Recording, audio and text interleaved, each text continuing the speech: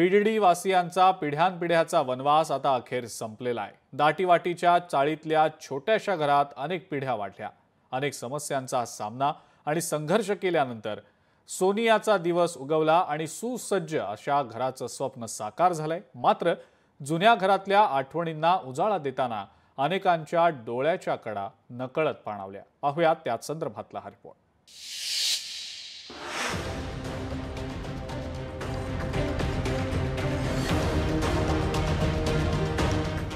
बीडीडीतील रहिवाशांचा नव्या घरात प्रवेश, सोबत जुन्या घरातील आठवणींची साठवण। बीडीडी वासियांचा पिढ्यानपिढ्यांचा वनवास अखेर संपला।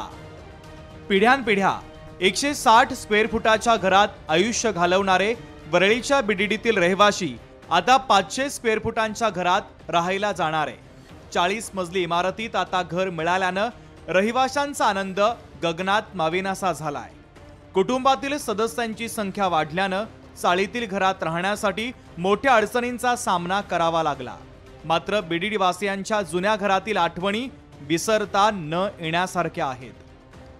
वरळीतल्या बीडीडी मधील रहिवाशांना आता 500 चौरस फुटाचं घर मिळणार आहे। गेल्या अनेक पिढ्या या वरळीतील बीडीडी मधल्या रहिवाशांनी 160 चौरस फुटाच्या घरामध्ये घालवल्या। यानंतर आता त्यांना एकूण 40 मजली इमारतीमधील हे 40व्या मजल्यावरचं घर आहे। 500 स्क्वेअर फूटचं घर आहे आणि या इमारतीमध्ये त्यांना एक वेगळा बेडरूम सुद्धा मिळणार आहे। त्यामुळे गेल्या अनेक वर्षांपासून या बीडीडी मधल्या रहिवाशांना पहिल्या बैठे चाळीमधील आणि पहिल्या मजल्यावरती घरामध्ये राहताना आपण पाहिलं होतं। मात्र आता ते थेट 40व्या मजल्यावरून मुंबई न्याहाळणार आहेत। मुंबईमधील त्यांचं समोरचं खिडकीतील जे दृश्य आहे ते एकूणच या ठिकाणी आपण बघतोय। नवीन पिढी काही या ठिकाणी 500 चौरस फुटाच्या घरामध्ये येणार आहे। त्यामुळे त्यांच्या चेहऱ्यावरचा जो आनंद आहे तो फार बोलका आहे। अनेक समस्यांचा दररोज सामना करत छोट्याशा जागेत मात्र गुण्या गोविंदानं बीडीडी वासीय राहत होते। आता त्यांना सुसज्ज अशा 40 मजली इमारतीमध्ये स्वतःचं हक्काचं घर मिळाल्यानं त्यांचं राहणीमान आणि जीवनमान नक्कीच उंचावणार आहे।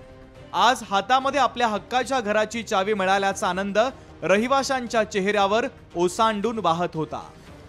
म्हाडाने सुद्धा आम्हाला राहायला आता पर्यायी जागा म्हणून आम्हाला म्हाडाने टॅरिस कॅम्पमध्ये जागा दिलेली आहे। तिथे राहतो आम्ही लोअर परळला आणि तिथेही आमची काही गैरसोय नाही आणि आमची जुनी चाळ होती तिथे पण आमची गैरसोय नव्हती।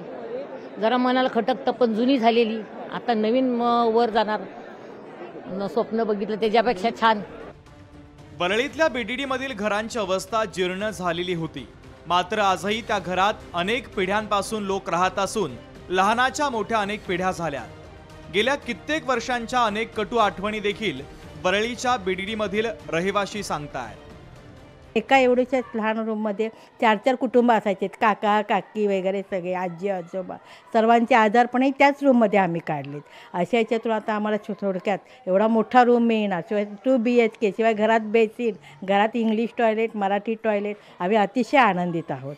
आणि जसं आज ह्या लोकांना चाव्या मिळून त्यांचा आनंद द्विगुणित झाला तसाच आमचाही आनंद द्विगुणित व्हावा एवढीच आमची मनापासून इच्छा।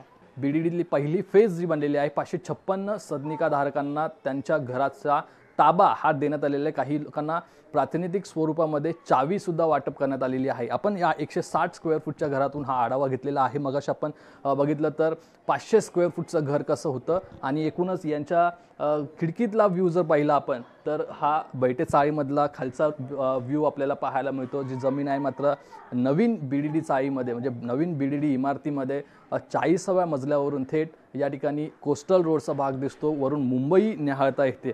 त्यामुळे मराठी माणसांना एक टोलेजंग इमारतीमध्ये घर देण्याचा कुठेतरी सरकारचा प्रयत्न होता आणि तो यशस्वी झालेला आहे। पहिल्या टप्प्यात वरळीच्या बीडीडी वासियांना घर मिळाल्यानं इतर रहिवाशांमध्ये घर लवकर मिळण्याबाबत विश्वास निर्माण झालाय। दुसऱ्या टप्प्यातील घरांबाबतची प्रक्रिया लवकरात लवकर सुरू केली जाईल असं मुख्यमंत्री देवेंद्र फडणवीस यांनी आश्वस्त केलंय। या प्रकल्पाच्या निमित्तानं दाटीवाटीच्या वस्तीतील बीडीडी वासियांचा पिढ्यानपिढ्यांचा वनवास संपलाय हे मात्र नक्की। स्वप्नील जाधवसह ब्युरो रिपोर्ट, लोकशाही मराठी, मुंबई। लोकशाही मराठी ऐका, पहा, जागरूक रहा।